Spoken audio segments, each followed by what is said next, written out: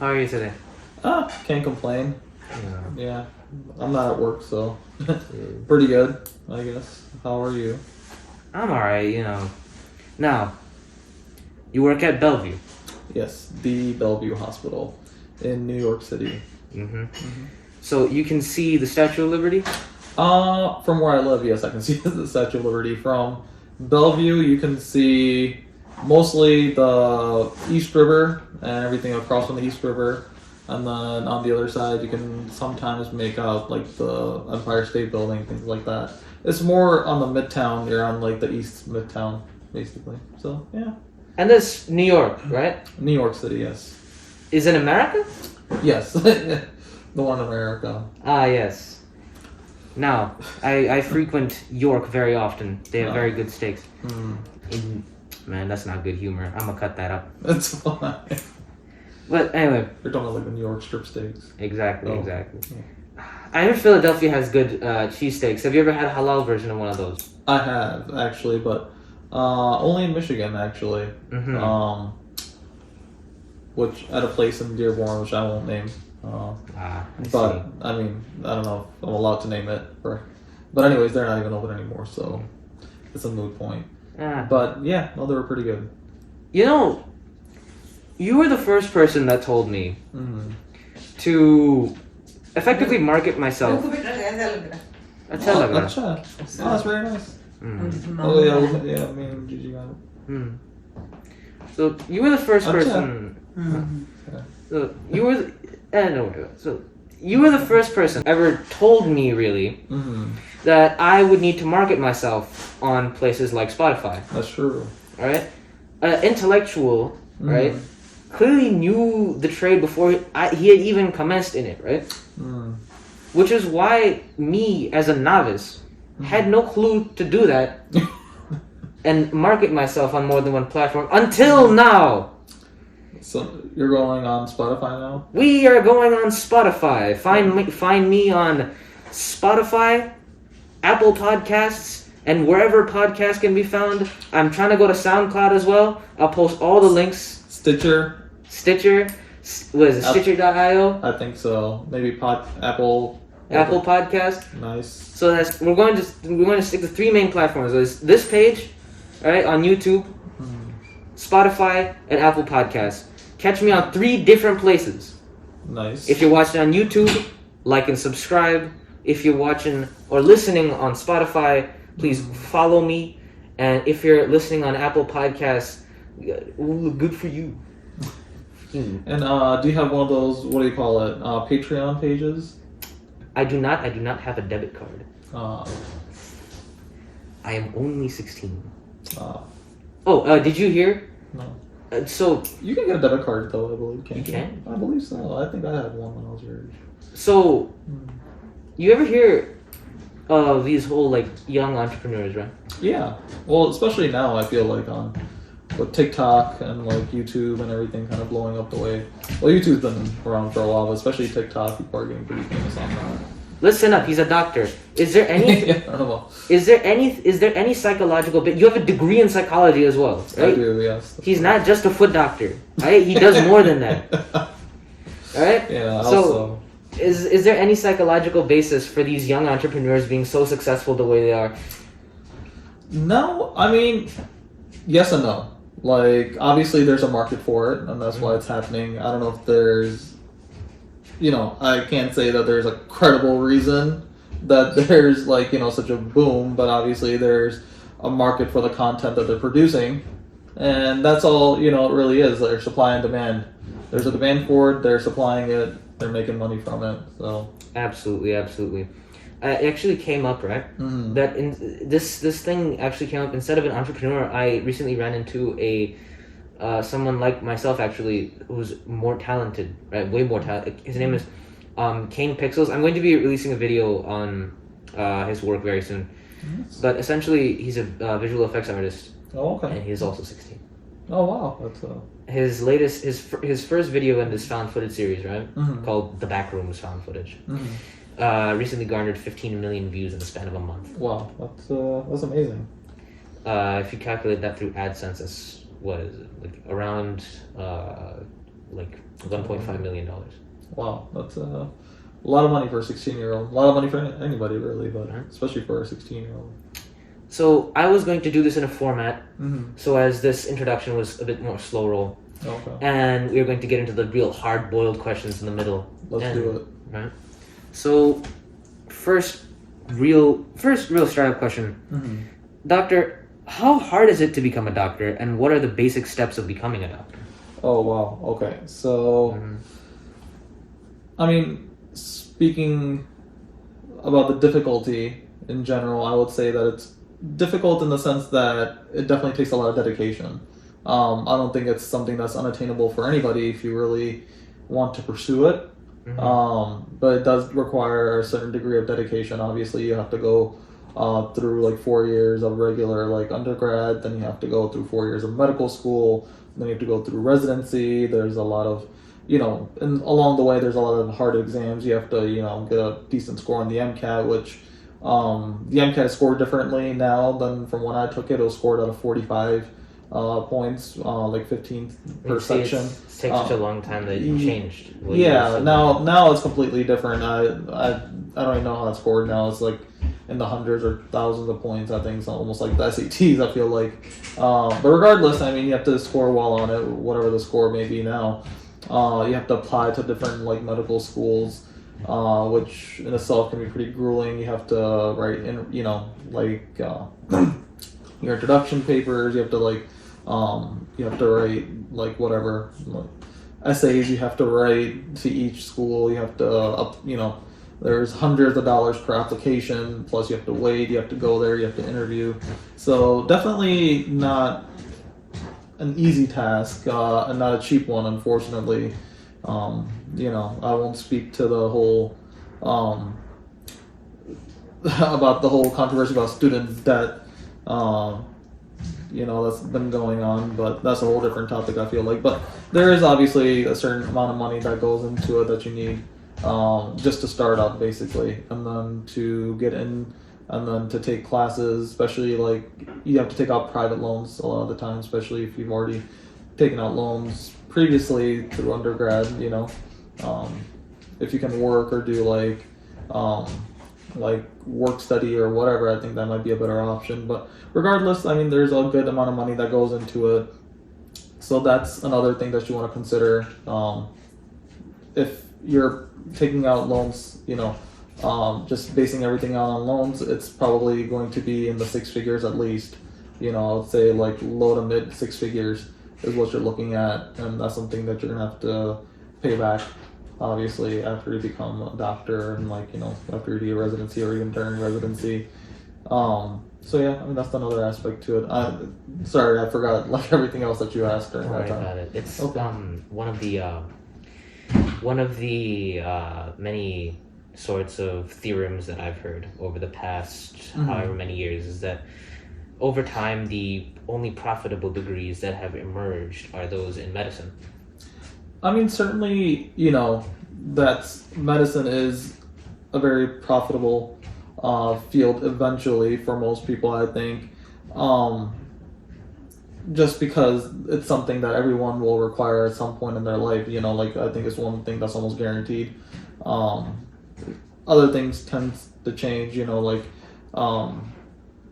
was like a .com bubble, boom, and or bubble rather, whatever. In the early 2000s. We were in a Bitcoin bubble, exactly, up until November. Exactly. So I mean, things like that will always go up and down. Medicine is one of the few things that is very steady. You always need doctors. Exactly. You'll always need doctors, and there's always, even now, more than ever, there's a huge demand for people in the healthcare field, not just doctors, but nurses, PAs, what have you. So definitely a good field to be in, job security-wise. Eventually, a certain, if you're wanting to attain a certain type of lifestyle, at least a comfortable lifestyle, and I'm not saying that everyone who's going to be a doctor is going to be, owning yachts, Jeff Bezos, but you'll be comfortable, even if it's an upper middle class. The algorithm's gonna like that word. Jeff Bezos, yacht dismantle bridge. Yeah. So yeah, I mean, certainly, you're not going to be hard up for money more than likely, unless like you have bad habits like gambling or drugs or whatever. So, absolutely. Yeah. There was what was it? Actually, I kind of disagree on that. Like there will always need to be doctors, even though I'm the one who freaking said it, right? But I kind of disagree that you'll always need doctors. It's more like doctors will be the last to go.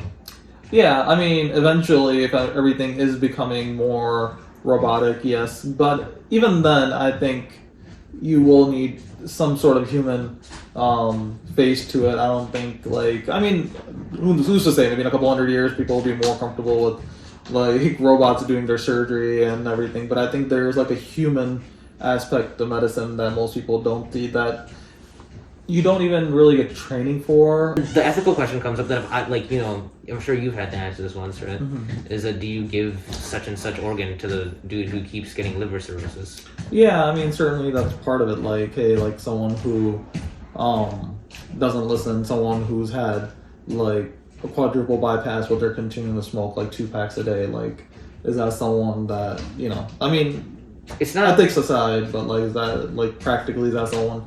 See, yeah, it's not our place. You know, it's not our place to judge, right? But it is our place to put the well-being of others in front of the well-being of the minority.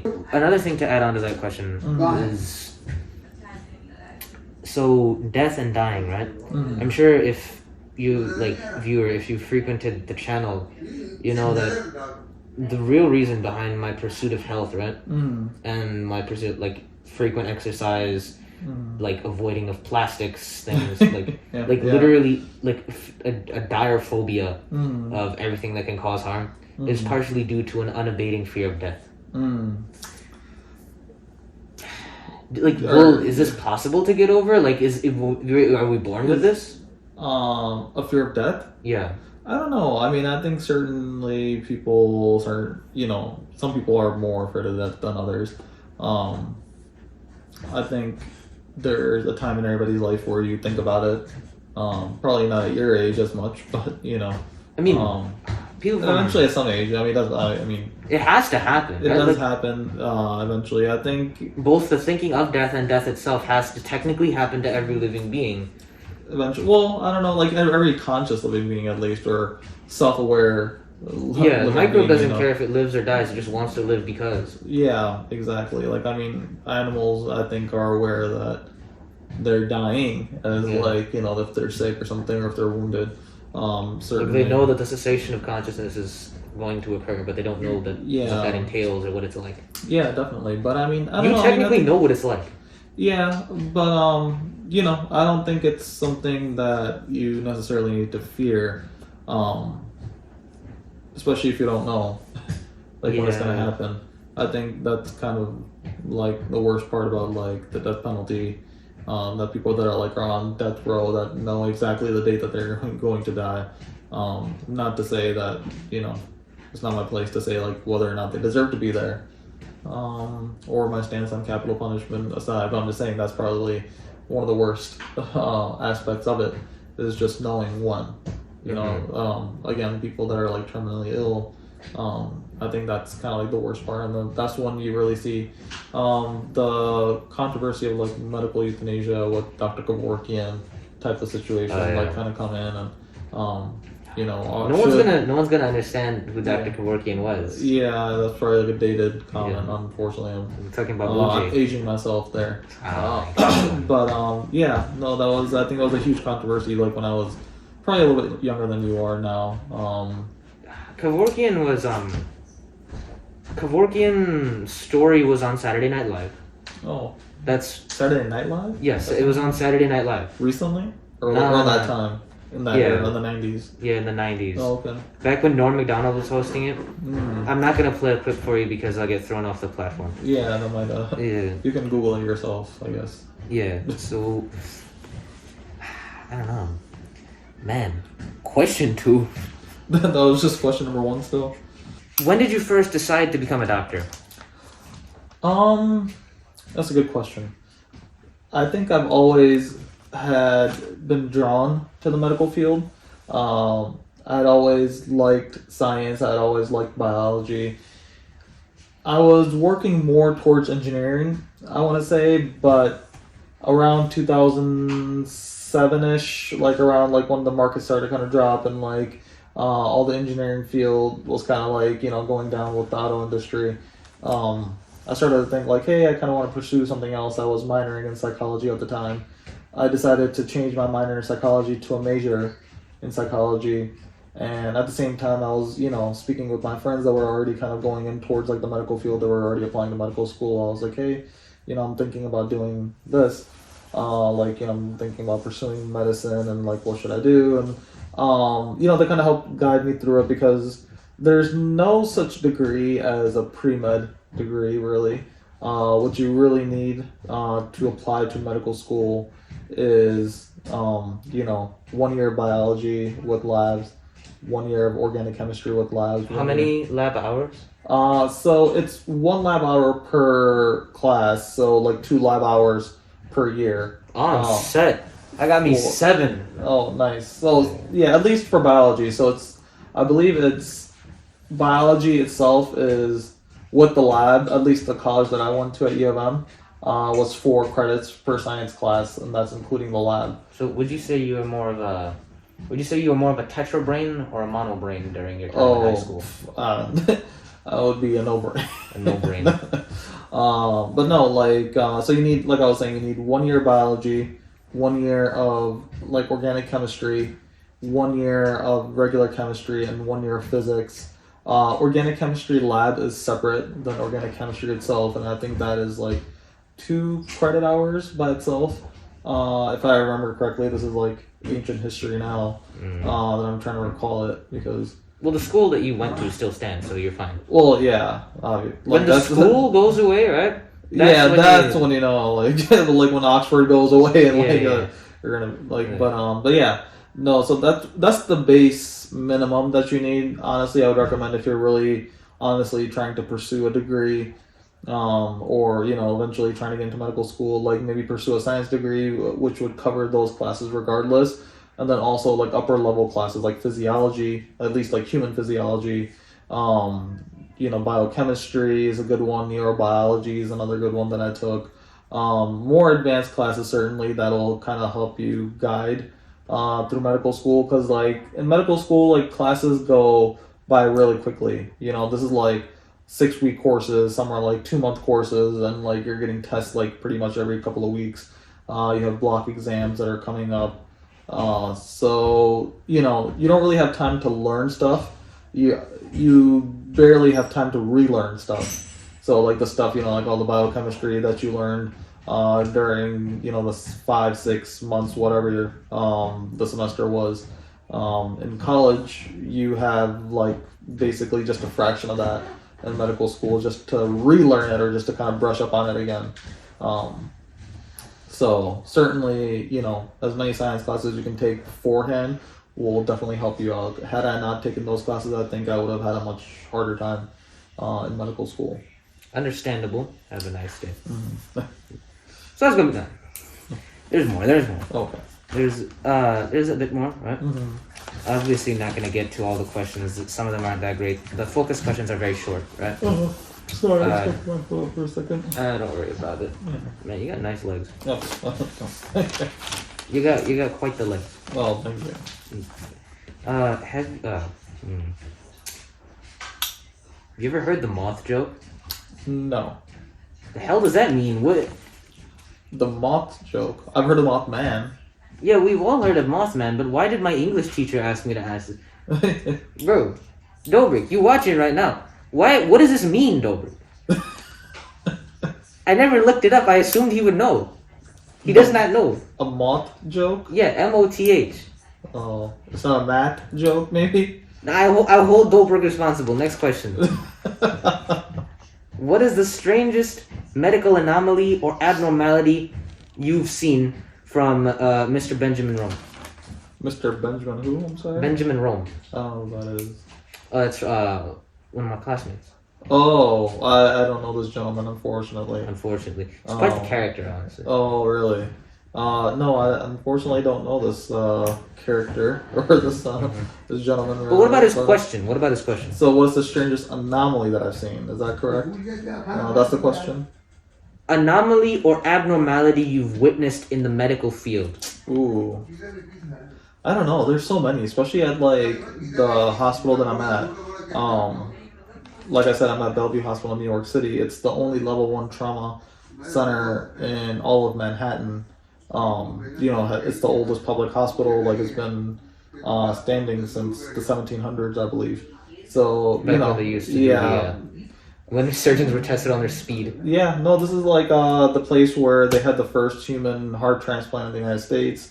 The Ebola cases that happened recently, 5, 6, 7, 8 years ago, whatever. Some of the viewers of this podcast were not born back then. Yeah, that was at Bellevue Hospital. I think that's where the president goes if something happens to him while he's in New York City. One entire floor is Rikers Island floor, DLC.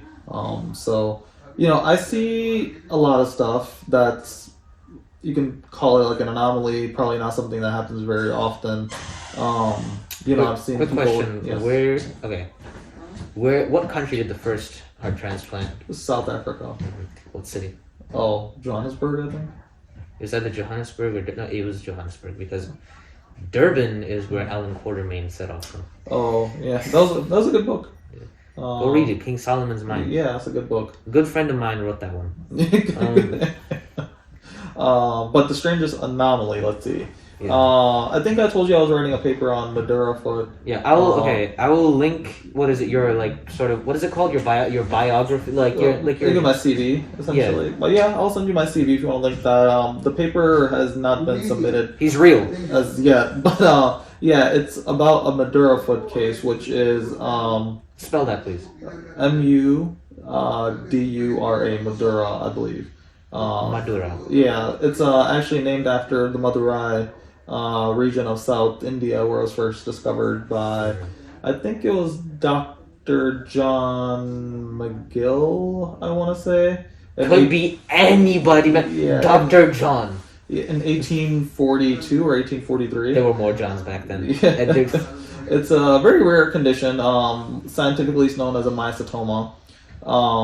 It can be bacterial in nature, so it's called, Okay, a picture on screen right now. Yeah, I'll send you some pictures. So, it's a very rare disease that usually affects the foot or ankle. It could be either bacterial or fungal in nature, depending on the region. It's mostly in the tropics, so Latin America, Sub-Saharan Africa, India, Asia, like the rest of Asia, rather. Mm-hmm. But it causes like this granulomatous type of infection in the foot or ankle or wherever like you really got stuck. But typically, people are like ranchers or farmers. If they don't have like proper shoe gear on, they're getting stuck in the foot or ankle. That's likely where you're probably gonna get stuck. And this causes like an infection to form.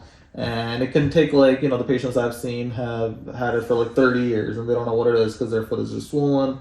Sometimes like this pus type, they attribute it to old age or something, right? Yeah, certainly, or they might think their foot is infected, or there might be a lot of times like what I hear is like people think there's like an abscess or whatever, which it's fair because that's what it really looks like, and it's such a rare disease that most people, especially in the United States, don't really even know what it is because it's not something that's endemic to the United States or places that is showing up now, but partly due to like migration being so, I think more accessible to people. I think now you're seeing it in more non-endemic areas like the United States, Northern Africa, like places like Morocco. You're seeing it in places like Europe, things like that. You're actually like seeing these things pop up.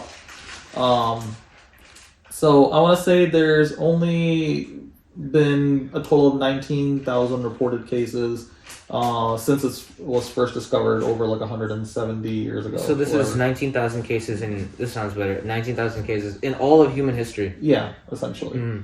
I got to see one of those cases. So I think that's definitely one of the more, I would say, medical anomalies that I've seen. Common things that I've heard, right, are apparently not that common anymore. I remember I asked you this yesterday, gout. Yeah, surprisingly not as common. Maybe people are just more aware. I don't know. or they're just not coming in for it, maybe because of COVID. Mm-hmm. But yeah, certainly not as much as you'd expect. Are you impressed by how I've not asked about COVID yet? No, but I'm sure it's coming. It's coming. There's like a whole page. Yeah. Well, question rather. Yeah. Question 5. How's the COVID response doing in the big hospitals, and how's life going in the big hospitals, especially in Bellevue? It's from a good friend Parker W. Oh, okay. Well, thank you, Parker W, for asking that question. I think now it's a lot better. Bellevue, where I was working, and before that, like when COVID first started in 2020, I was at a different hospital up in the Bronx called Jacoby Hospital, which is another level 1 trauma center. And so they were also really hard hit. In the beginning, it was... Oh, I had like a nurse who said something else. In the beginning. In the beginning. But yeah, no, things were hard because nobody knew what was going on. Even though things like SARS had existed before, MERS, all these respiratory infections from coronavirus had existed before, but nothing quite at this level had existed. Coronavirus causes coarse breathing? So it causes an infection, and actually, I believe it's in the angiotensin 2. I believe that's what it uses. You're gonna have to. Put Yeah. that in. Oh, yes. But yeah. So I think places like the lungs, and that's why it attacks places like that. It essentially causes an upper respiratory infection in a lot of people. You can have other symptoms, like I'm sure everybody knows by now. There's not just one symptom of coronavirus, there's a lot, but... And there's long-lasting side effects. There's certainly long-lasting side effects. Like cigarettes, or especially now with, vape pens and junk. Oh, yeah. Vaping on... We'll only find out what happens to the people who vape in the next 40 years. Yeah, exactly. Which, vaping, I think, is just worse than smoking, because all the chemicals and everything that are in vapes, and they're just really damaging your lungs. I have nothing, good to say about it. Yeah, even nothing against marijuana. Honestly, I'm all for the legalization of it. If people are gonna use it, they're gonna use it. Yeah, that's true. See, legalization is a different thing, right? Yeah. But use of it, I think that's up to the general people. That's like alcohol, I don't use it, but other people do. Whatever, that's people are grown-ups, and if they're doing it, that's up to them. But I will say that smoking marijuana is worse than smoking cigarettes, and that's actually, I'll have to send you an article that was recently published that showed exactly how much worse smoking marijuana was than smoking cigarette. It essentially has a lot more tar in it, so it actually affects your lungs. It has a much more adverse Listen up, I know personally some of you that smoke. Listen. Yeah, so... Stick to edibles. Stick to edibles. Yeah, So there's nothing bad in THC, right? There's nothing bad. You can't. I've never heard of a case of anyone be overdosing on THC. You might have if you take too much, you might get paranoid or something like that. But or you might have hyperemesis, which is one of the things that can happen to people that take too much weed or marijuana or whatever. It's what is it? The main concern that I would have against any sort of drug use is rather psychological, right? Yeah, that especially if you already have existing psychological disorders, maybe, or something that's running in the family, especially things like schizophrenia, any sort of personality disorder. Those things tend to start emerging right around the age that your age group is at. Between 15 to 25 is when people start to experience symptoms of psychosis, schizophrenia, etc. Things like that, yeah, essentially. And I think that's really, drug use around that time in certain people can exacerbate those symptoms. So only reason I know you're real right now is that I can see you on that camera. Oh, yeah. I do not be trusting my brain. Exactly. You can't, not until you're at least 25, I think. So... at 25, your body is... You reach your maximum height. Yeah, you're already done. Yeah, your brain is done growing pretty much. You've reached your maximum physical mental capacity. Yeah. At least unaugmented, right? Yeah, exactly. So... You hear about those 15 monkeys that died? I did not. So... these like 15 or 30, I forget how much it is. So they died in the Neuralink experiments, right? Oh, okay. Valiant effort. Try hard. You remember that quote from Farnsworth? Darn, if we only had more monkeys. I am all for Neuralink. Yeah. I am all for the preservation of animals. Yeah. However, it goes advancement of the technological capability, right? And below that is a little bit like farmed animal life. Because these monkeys aren't caught, right? Oh yeah, they're like bred. They're bred. Yeah. And then they're roti. So, alright. Who the hell have you ever held or seen a human brain? I have. Have you been there at a dissection? Yeah, I actually have a picture. I'll send it to you. That's that. Right. That one's from... Actually, this one. This question's from my friend Ian Wolney. Have you had to recite the Hippocratic Oath? Well, thank you, Ian, for asking that question. And yeah, at graduation, I did. I'm not sure if I have a video of that. I'll have to ask Gigi. She might have one. This is graduation from Franklin, right? Yeah, from Rosalind Franklin. So, one of the things in the Hippocratic Oath is that you shall not give a woman the instruments by which to commit an abortion. Kind of dated Hippocrates. I don't remember that part, but it's literally like I shall not hurt, I shall not like cause pain to others. Yeah. What are the limitations of the Hippocratic Oath? I don't know. I mean, I think sometimes you have to do certain things that may not necessarily agree with the law. Yeah, but they might be something that's actually right to do in that moment.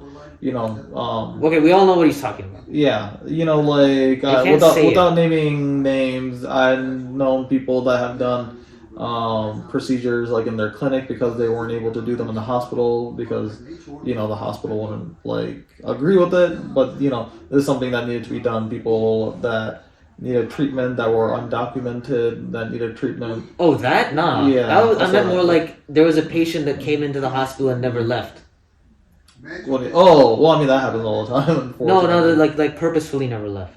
Oh no, I don't know about that. Like you've never witnessed one of those? No, not that. Not personally. Maybe I'm sure it probably does happen, but it's happened at your hospital. Oh, for sure. I can only imagine. It's such a big hospital with such a long, extensive history. I can only imagine that things like that have happened. So you have known people to shirk their way around what legally is considered right to do what they know was right. Yeah, of course. I think that's always like an ongoing ethical debate within medicine about what is lawful and then what is ethical, and that's not always the same thing. So I know of some medical myths that I would like you to either confirm or deny. Sure. Right? It's time to play. Ali's not going to edit this garbage, right? So we're just going to put the name up right there. Oh, okay. Right? Vaccines are toxic, cause autism, and contain mercury. Which one of these is true? No, those are true, I believe. They do not cause autism, though. That's for certain. There was a thing though, right? Like there was that one doctor who believed it, and then he took it back. He took it back. Yeah, because. No, how much mercury do vaccines contain? Less than that's what's considered toxic. Less than fish. Yeah, a lot less than fish. People actually used to take mercury as a laxative back in the day. Thunderclappers were used on the Lewis and Clark voyage. Yeah. So any mercury that's contained is negligible. Yeah. It's like it's an insignificant digit. Yeah. They always leave me at the end of the paper. Call me a significant figure. Cold will give you a cold. No, that's actually untrue. What it can do, as some people might argue, is that it lowers the ability of your immune system to fight off a cold. I don't think that's true at all. You might have a reaction like your nose might start to run like when you're cold or like when you're coming in from a cold into like a warm environment. But no, you're not gonna get a cold. That's a cold is most commonly caused by a rhinovirus, or Damn, they put whole rhinos in that? Yeah, a full rhino. Full rhino, my God. In each one. God save us all. Cold will give you a cold. What? Okay, I actually know this to be untrue, right? Yeah. I take cold showers every now and then. Yeah. And I'm not dead yet. Yeah. I used to be taking them all the time when I was a little kid, you know? Yeah. Cold showers? Yeah. I mean, you know my mother, right? She's like, I'm gonna like do some real effort here. It's gonna be तुम ठंडा गरम नहीं experience करोगे ठंडा गरम से दिमाग खराब हो जाता है तुम रूम टेम्परेचर पानी में शावर लोगे right I had to live out my existence as some sort of creature. Oh, yeah. Taking room temperature showers. Oh my God, that sounds horrible. Felt like bathing in mayonnaise. Ugh, that's my nightmare. I unfortunately take scalding hot showers, which is horrible for my eczema. Yeah. Me and you both inherited eczema from someone. Yeah, I'm not sure who. And mine actually didn't start until very recently. So. Yeah. Or maybe I had it, I just never noticed it until like the stress got the better of me in medical school. See, there was one. I like to bring up literature knowledge because I'm useless, right? So, this one samurai, right?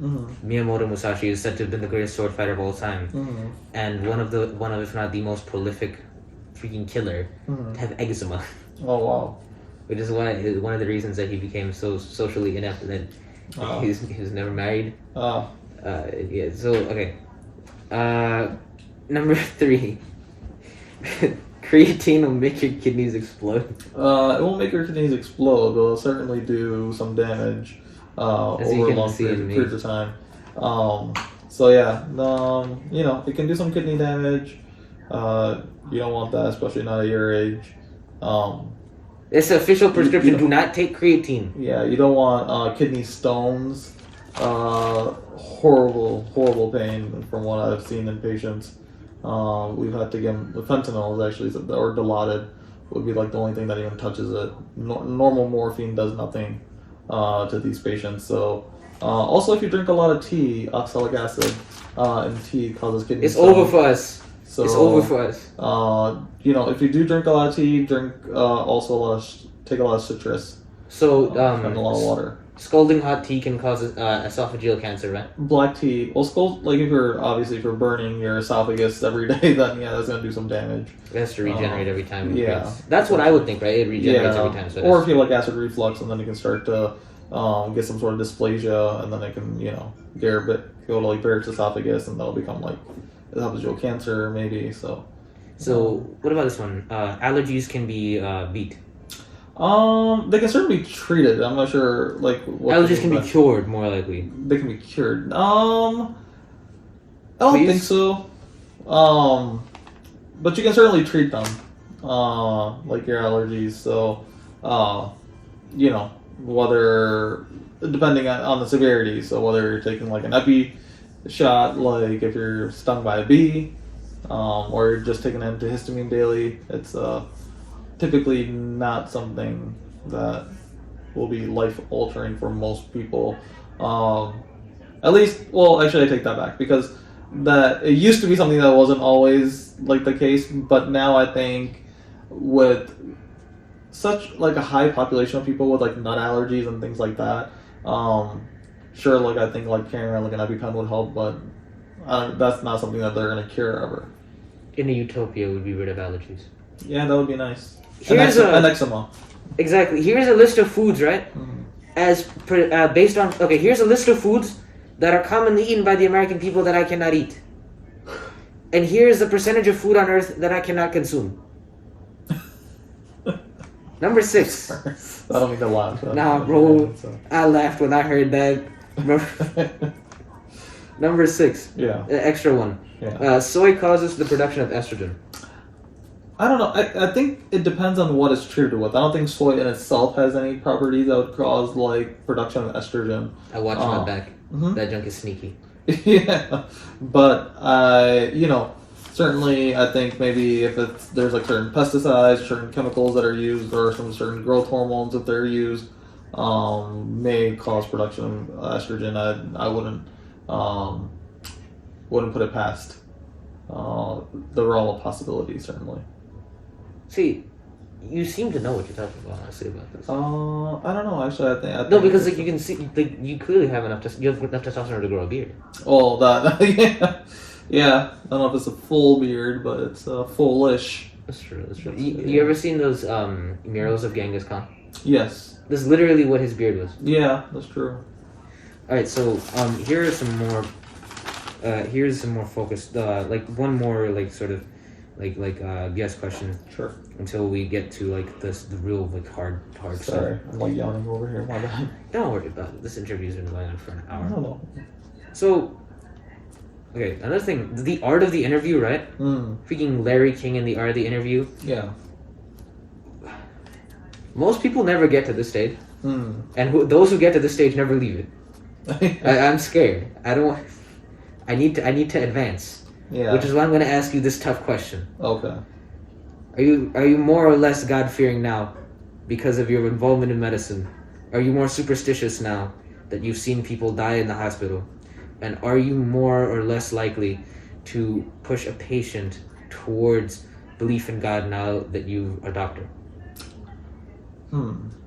That's a good question. Am I more or less of a believer now? I don't know if that has really changed throughout my time. I think there's certainly some things that you learn, some things that you see that may solidify your belief, and I would say that has been the case for me. I think if some people are agnostic or atheists, they may disregard those things as coincidences. So I mean, I think it really comes down to like your nature and like how you kind of grew up. I kind of grew up more religious, as you know. So I think, once you see those things, it kind of just solidifies your belief. Like, hey, there's no good explanation scientifically or medically why this is. So we might as well go with yeah. So like as far as myself pushing someone towards it, I don't think that's really a job of a doctor or anyone. As a friend, possibly. As a doctor, no. I think as a doctor, my job is more to treat my patient the best I can medically and the best I know how. If they happen to be religious or whatever, I always, encourage people to, continue with their beliefs, to seek counseling. We have, imams available. We have like priests available at the hospital if people need counseling for that type of reason. So, rabbis, whatever. Do you have a Buddhist monk? I'm sure they have someone, if they don't, I'm sure someone has to fill in. Right? Yeah, someone, we have social workers that I'm sure can get a hold of people that need to be contacted. I mean, there's Taoism. Yeah. There's Taoism is an incredibly fast-growing religion, especially in the inner cities. Oh yeah, I can see that. Just like Buddhism was like back in like the 90s, I think it was very fast-growing. I mean, Steve Jobs was Zen Buddhist. Yeah, I think Richard Gere is. I think. So you take one thing that I've never understood, right? And one thing that I'll probably get thrown out of the building for saying, right? One thing that many of you would absolutely hate me for saying to you in person, right? I don't understand, right? This new religious movements of Wiccanism. Wiccan? Yeah, I mean, sorry, I don't mean to laugh at. Nah, it's very, very strange. Yeah, I mean, again. But who are we to judge? Exactly. I mean, we're strangers in this land. Yeah, I think people should believe whatever they choose to believe. Whatever makes them feel better. Whether there are certain things that I don't necessarily agree with.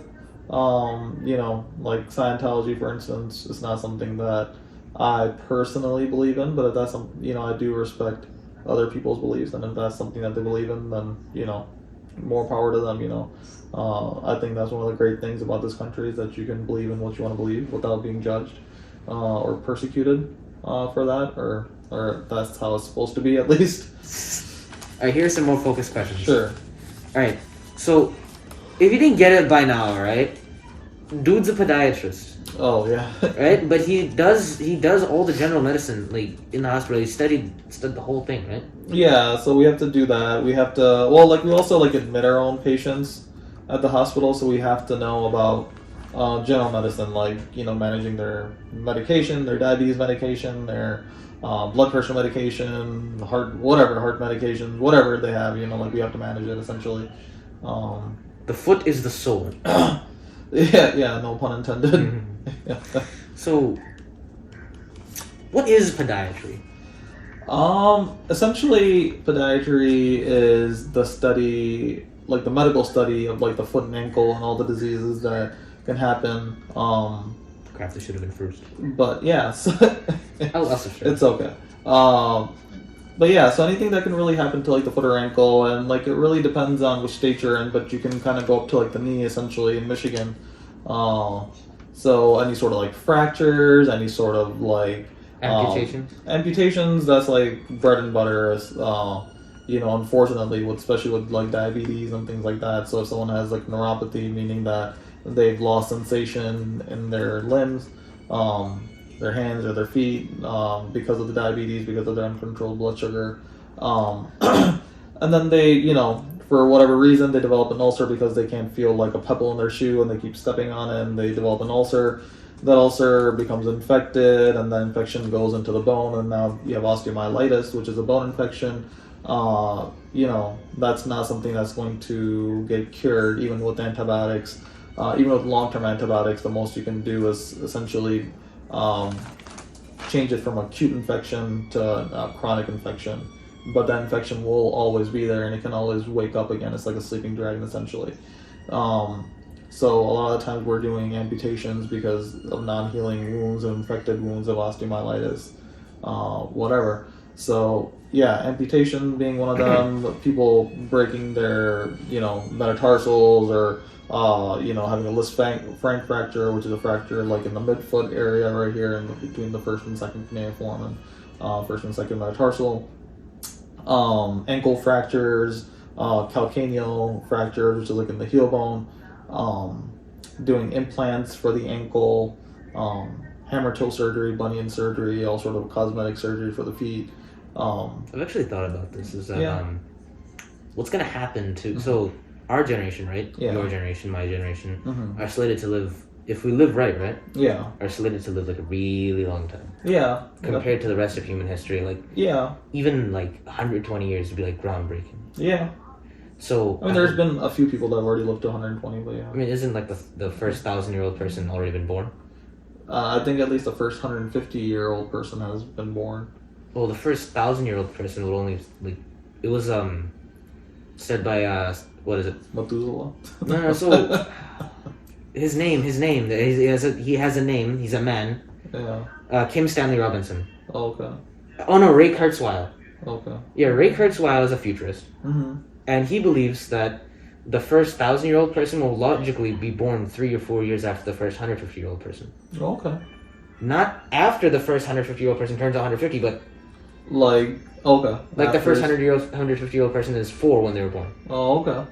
So they could be walking among you right now, among us. Yeah. Among us. Among. The algorithm has to be spoken to. Like I have to say all the buzzwords right now. Like Jeff Bezos and. No, not even just that. I have to say like really, Putin. Like very big buzzwords. Ukraine, Russia, war, Putin, red pill, China, Tesla, slavery, electric cars, monkey, Joe Rogan, Black History Month. All right, that's the algorithm spoken to. Oh, nice. Hopefully, it will answer my prayer. So question 2 has already been answered. So the foot has to carry the being throughout the entire existence. That's true. Therefore, without the foot, the being is irreversibly damaged, right? To an extent greater than that of certain other body parts apart from the hands and head. Sure, yeah. No, I mean, certainly, like, losing something like the foot is life-altering in no small way. Like you said, even with the hands, because, I mean, if you lose one hand, you might be able to do something with another hand. You can get hand replacements. Yeah, even You can get foot replacements, but yeah. So I mean, it depends on what level you lose it at, right? Like, so a lot of times we're doing what's called a transmetatarsal amputation, where you cut basically across the metatarsals because of gangrene in the toes or whatever. Yeah, I've looked into this. Yeah, so there's a transmetatarsal amputation, and there's a way to do it so you can kind of flap it up to kind of cover and have like a nice closure. You can do a show parts amputation, like right here. Basically, you take everything below the ankle out, but that's not a very like practical type of amputation because there's no good prosthetics that really will go along with it. So basically, there's always the 3D print map of the person's foot. Yeah, I mean, if that would be ideal if you can kind of get something like that. I mean, they are doing like 3D printing of like the talus bone, and like for whatever reason you have like an avascular necrosis of the talus, then you can get a 3D printed talus, which I've seen once at least. But after the transmetatarsal amputation, you can do a show parts, but like I said, it's not the most practical. The one after that actually would be what's called the BKA, a below knee amputation. And the prosthetics for that are much more efficient, much more practical, I think, for people. So, that's what I would encourage my patients if they need anything greater than a transmetatarsal amputation to eventually go for, because I think that might be that might actually help them live longer, even though there was a paper that said like the chances of dying after like a BK, I think, was like 5 years. But I mean, I think that has more to do with like the lifestyle of the person who eventually led to a BKA than the BKA itself. Correlation, not causation. Exactly. So, I'm gonna flex my editing skills here. Yeah. You ever heard of open bionics? Yes. Crap. Well, if you haven't, seeing as you haven't heard of open bionics. Oh yeah. What is this open bionics? Here you go. Oh, thank you. Here it is. I'm gonna put it right there. I'm gonna put it right here. Okay. I'm gonna take it. I'm gonna put it back in my pocket. Okay. Right? So that was open bionics. Okay. It's this thing, the 3D print. Oh yeah. Yeah, they 3D print these arms for people. The hero. Yeah. And what it was like open source. Yeah. Well, then why does it cost so much? Yeah, I think it's the production that costs so much. I think the programming is what's like open source is free. Damn. Telling me I can't print me an Ebola virus gene? Unfortunately, or fortunately. Dang. I can't go and conquer the world in my ready at home 15-minute instant oven chronobind. Yeah, too bad. Sorry. Okay. What's closest to podiatry? What's closest to podiatry in like other fields? No, like in medicine. In medicine, like what other medical field is the closest to podiatry? I think the closest to podiatry practically would be orthopedics. Like bone surgery? Yeah, so because we work very closely with orthopedics, I think orthopedics, vascular surgery, and plastic surgery are really like intertwined. Yeah, in podiatry, along with dermatology, and then also just regular medicine. So you really have to know general medicine, because if someone's coming in with like a foot infection, which antibiotics to give them. If they have poor circulation, then you have to know like vascularity, like vascular surgery, which you have to have a good relationship with vascular surgeons to like refer them to like, hey, you need to open up like this and this. What you need to know which test to order if you're ordering like a ankle brachial index, which is called an ABI. Basically seeing how the blood flow is, or PDRs. You can do like an angiogram, a digital subtraction. Angio, CT, angio, whatever. So you have to know that. You have to know how to do like ankle surgery. You have to know how to put bones back together and screws into bones. So that's a lot of like. Does it ever get sort of gruesome or grueling? It can, of course. Like I think like any job, it can get. You can get tired. You can get. Not that. I mean, does it ever weigh on the doctor's mind to the point where it's like oh my god, I just drilled a bone I just drilled a metal thing into someone's bone. Oh, that aspect. Because not necessarily. I mean, I'm sure like that's what I'd be fearing. Like Like, Yeah. I gotta be a doctor, right? Yeah. If this No, whole because I thing mean, doesn't like, work I out. mean, I think it's natural to kind of be apprehensive about like cutting into a live person, but I think you kind of get over it pretty quickly, and I think You're telling me you yeah. had no apprehensions about cutting into a dead person? Yeah, I mean it's weird at first. Oh, Don't get me nah. wrong, but after a while, like you kind of get used to it. Plus, like when you're doing it on like a real life patient, you know you're doing it to help them. You're not really like hurting them. So I think that's a huge part of it. Like understanding, like hey, because if you know what you're doing, then you know what you're eventually trying to accomplish is for the benefit of the patient, not to something that's going to hurt them. See, crap, I ran out of information. Mm-hmm. Sometimes my brain buffer just stops going. It's okay. What was it? There was this. I'm just gonna keep talking. So you were talking about how stabbing someone to life, right? Yeah. Is different than stabbing a dead person, right? Stabbing a live person? No, stabbing someone to life. Stabbing someone to life? That's what you do, right? Oh, you mean like surgery? Yes. Yeah, I mean, I wouldn't really call it stabbing, but okay. This is whatever you Earthlings like to call it, right? Sure. Ever since I came to this planet, right? Yeah. Your people have much amused me. Oh, with these really? terms. Yeah. Right? But ultimately, I must go back to my primitive Zayden ways. Mm. Thus, on my planet, we call this... I'm off the perks, man. What was this? Oh crap, what is the process of surgery? What is the process of surgery? Like, can you give like a brief overview on like 3 steps, like, or 3 or 4 steps? Like, how does surgery usually go? How does surgery go? Like, well, I guess it really excluding the specifics of the surgery. Okay, so I was gonna say because it really depends on what type of surgery you're doing. Yeah. But all surgery, really, you have to know what you're doing, like going in, right? So you really want to. Do you have references on hand? Like you mean like which hand I use? No, do you have references on hand? Like if you just don't know. Oh well, yeah. I mean, well, if you don't know, then like. Well, it really depends, right? Like, if you want to give me an example of someone coming in, let's say they have a soft tissue mass, right? I've seen that before. On top of the foot. Let's say they have a lipoma, like a fat tissue, or what you suspect to be a fat tissue, or like a fat tumor, a lipoma, benign tumor of like fat. So you would first, they're gonna come into your clinic like, hey, I have this mass on top of my foot. I don't know what it is.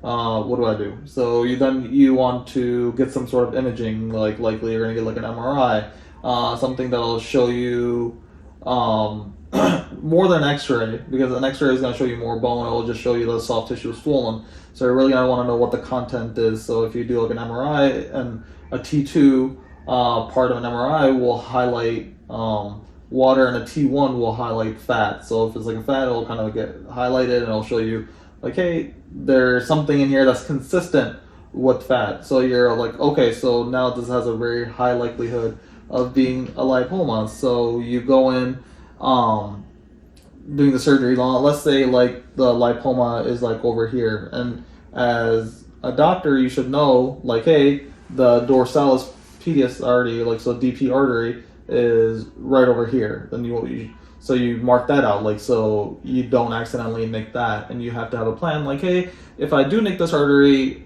what am I going to do? Am I going to hand tie it? Am I going to use, like, staples? What am I going to use, like, to get hemostasis? Am I doing this? I know that word, hemostasis, the stoppage of, like, bleeding, right? Exactly. There so sometimes, like, we do surgery. Neuron activation. Yeah, exactly, connecting neurons.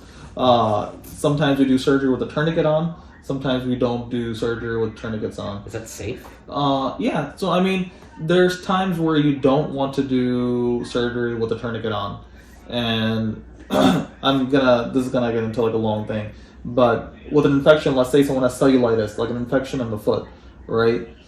What you do to, like, if you have a tourniquet on, what you have to do is exsanguinate like the foot. So you take like an S-mark, which is like a wide rubber band, and you wrap it around the foot to like basically exsanguinate, so like drain the foot up. The whole, like, Exactly. So you like push everything up. But if there's an infection or if there's some sort of cancer or whatever, there's a likelihood that you can push it up the leg. Like, there's some sort of infection, you're pushing it more proximally. which is bad. So what you want to do is instead of like using a tourniquet, you just do it wet, what we're called. So like essentially, you just let the patient bleed, which is better for them in that instance. But if you're doing some sort of like lipoma surgery, if you're doing some sort of other like elective case, then you don't want a lot of blood because you want a good visualization of the surgical field. You want to be able to see what you're doing, what you're cutting. You should also like know like when you're cutting like over here, like which nerves are running. You have the medial dorsal cutaneous nerve. You have the intermediate dorsal cutaneous nerve. All where they're splitting. Where they're coming from. Whether it's coming from the superficial fibular artery, from the deep fibular artery. What I've been doing this entire time, right? What I've been doing is computing and figuring out how to provide visual aid to the viewer. Okay. So I'm trying to like show you like on my foot like where it would be. Yeah. So this is gonna be like writing an essay, but I'll do it. I will be providing visual aid throughout the entire process of this explanation. But keep going. Okay. This is very so what you want to do is also think about the closure. How you're gonna close it. So plan ahead. Yeah, exactly. So you have something called like Langer lines, like lines that certainly like go certain ways, like in the foot. So like instead, like if I have like my hand, if I'm making a cut this way and I go like this, that's gonna pop open the sutures, right? But if I make a cut like this and I go like this, that's actually gonna tighten everything up. So you want to go with those lines. So again, here I would probably do something called a lazy S type of incision. So instead of just making a straight line or a line like this, I would probably make a line like a lazy type S. Over here, cut through using like a 15 blade and then use blunt dissection. So something like a curved hemostat. And you take it and you kind of spread those layers open a little by little, watching out for like the little like arteries, the nerves, the vessels, whatever. You can use a bovie to cauterize those, and then slowly you want to get around the mass and like take out the mass. And after we take it out, we flush it, we put everything back together. If we're cutting through like deeper layers, we use something called Vicryl, which is an absorbable type of suture. I've had that put in me like 3 times. Exactly, yeah. So, and then to close the skin, we typically use nylon. On the top of the foot, we typically use like 3-0 nylon, which is like a thinner nylon, and we take it out after a couple of weeks. If you're going by plastic surgery, you would want to take it out after a week. In plastic surgery, because the less time you leave the sutures in for, the better scar formation you're going to get, or less subtle scar formation. For face, they use something called like catgut or chrome gut, and that they'll take out after like a week, but that's like very reactive. Nylon is good because it's not very reactive, so it has like its benefits. So that's essentially what you would do for the surgery. Send to pathology just to make sure that it's not anything cancerous. It's just a lipoma, benign fat tumor, and that's it. So. For sure. Yeah, so that's how you do that surgery. But I will say, even if you are using a tourniquet, before you close the last layer, you want to let the tourniquet down. Because too many times I've seen like my junior residents or like other people. Let me guess, it bursts open. Yeah, well, not even that, but like they'll develop like a hematoma, and then they'll come to clinic and we'll have to pop the sutures to drain all that blood out because there was a vessel that wasn't cauterized. Like a dark boil type bruise, right? It was like a huge, basically like a blood blister essentially underneath there, and it's causing a lot of pain. It's causing the sutures to it's causing your skin to dehiss, meaning like it's not healing, it's just like separating. So it's not fun for anybody. It can cause an infection. I'm not sure if you've taken any sort of like biochemistry or any of those things or. Okay. Unfortunately, I will be taking biochemistry next year. Oh, okay. But yeah, so I mean, whenever you're doing you'll learn some of the augers that you use a blood auger, like sheep's blood, as to plate certain bacteria or whatever. So what I'm trying to say is if you have a lot of blood over there. Bacteria though. Oh, okay, yeah. So if you plated bacteria, I know you use auger, right? But it's a gel type substance, right? Yeah, exactly. But sometimes people use blood auger. To play certain things. Like I think Haemophilus influenza is one of the things that you plate on blood auger, if I'm not mistaken. Don't blood flu. Hell no. Take me with that. Don't take me at my word, but you can maybe look that up. But yeah, so you can actually see on my channel, right? Yeah. I used not an auger, but it's a type of substance, right? Electrophoresis. Yeah, electrophoresis. Yeah. I feel connected to this medical lineage. There you go. See, I mean, it's all connected. So, essentially, if you have a lot of blood, and that's another thing. After you're done with surgery, you want to wipe off all the blood from the patient, not just for the looks, but that's another medium for the bacteria to grow. So, you want to clean everything up. Yeah, for sure. If they have a lot of blood everywhere, that's more, areas for bacteria to grow and then for them to get infected. Post-op infection is a huge. Of course, yeah. A huge problem. So they had me take antibiotics every you can take prophylactic antibiotics if there is a high risk after surgery. There's something called like the 5 Ws: wind, water, walk, wonder drug, and something else that were wonder drug. Yeah, well, so essentially what causes post-op infection or post-op fevers really. So wind meaning like pneumonia, DVT like walking, wonder drug meaning like certain drugs can cause fevers like but it fills you with vim and vigor. Yeah. Yeah. I'm forgetting the name of it, but you tell me you don't drink. Malignant hyperthermia is what it is. So certain people can like hold on. Yeah. Exactly where you start. I mean, so malignant hyperthermia is another thing that can be caused. Is actually you don't really know if you're prone to malignant hyperthermia unless you've already had a reaction or someone in your family has had a reaction, or if you do something called a muscle biopsy. Luckily, there's a medicine called dantrolene that all operating rooms are required to have that can reverse it. But so that's something that can happen in like a couple of minutes within like of administration of certain drugs. And yeah, so there's that. There's like I said, like there's DVT, pneumonia, wound infection, so whatever.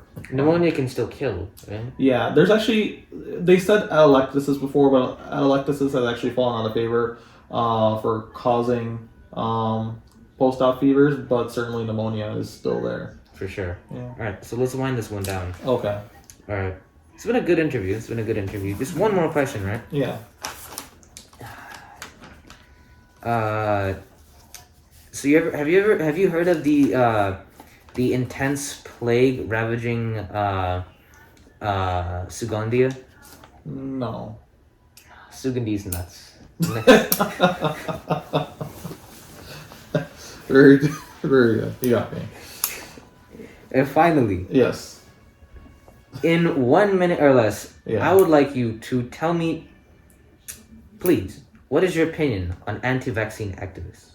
I mean, it would probably take me less than a minute. I think it's all very pointless on their part. They're just trying to stop progress. Bill Gates trying to take over. No, I'm just kidding. Do you believe yeah.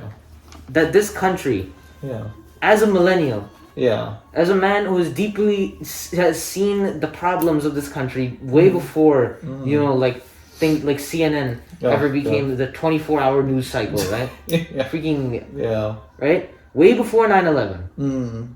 All of these things, right, combined together, do you believe that this country can make it? Yeah, I mean, I guess I'm an optimist. So as am I. Yeah, so I do think, I think we can make it. I think we just have to kind of see past the differences and look more towards our similarities. I think as good as the internet has been at connecting people, it's also been bad for the same reason. I think, just the way good ideas spread, I think bad ideas also spread. And that has certainly been part of the problem, because a lot of times there's a lot of misinformation out there. And I think that's been highlighted more than ever during COVID. So, I think really we need to look past those differences and try to find some common ground. I think we're all trying to achieve the same goal. Exactly. I think we all want the best for everything. We don't want our family members to pass away. I don't think we want our neighbors to pass away. It's the thing that yeah. See, your parents, right, are not so bothered by the coronavirus because they've seen the 3 wars. Yeah. Right, but the old people of this freaking country don't get it. Well, yeah, because I think the generations where that have seen disease ravage this country have long since passed. You know, the Spanish flu was a long time ago. It's over 100 years ago. There's only really elderly, like 105, 106-year-old people that. Yeah, you know, most people don't know. Most people that have only lived in this country and are not in the medical field don't know what it's like. You know, like smallpox hasn't been around for a long time.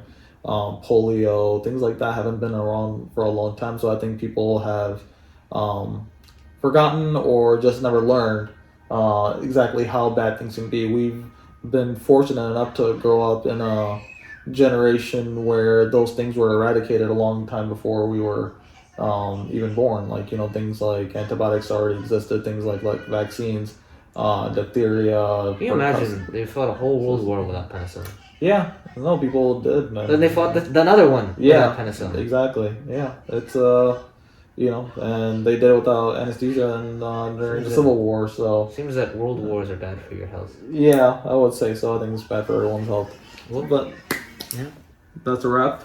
That is a wrap. All right. Thank you, Dr. Khan, for this incredible interview. No problem. Always a pleasure. Always a pleasure. All right, check him out at what is it? I don't even know. Instagram. You know he runs. You can. You know he runs Detroit Devoured. Oh, that's right. That's crazy. I only just found that out like a year ago. Very insane. Really? Yeah. I'll link you to my Instagram. For sure. Anyway, thank you for watching. Like and subscribe if you made it to the end. Bro.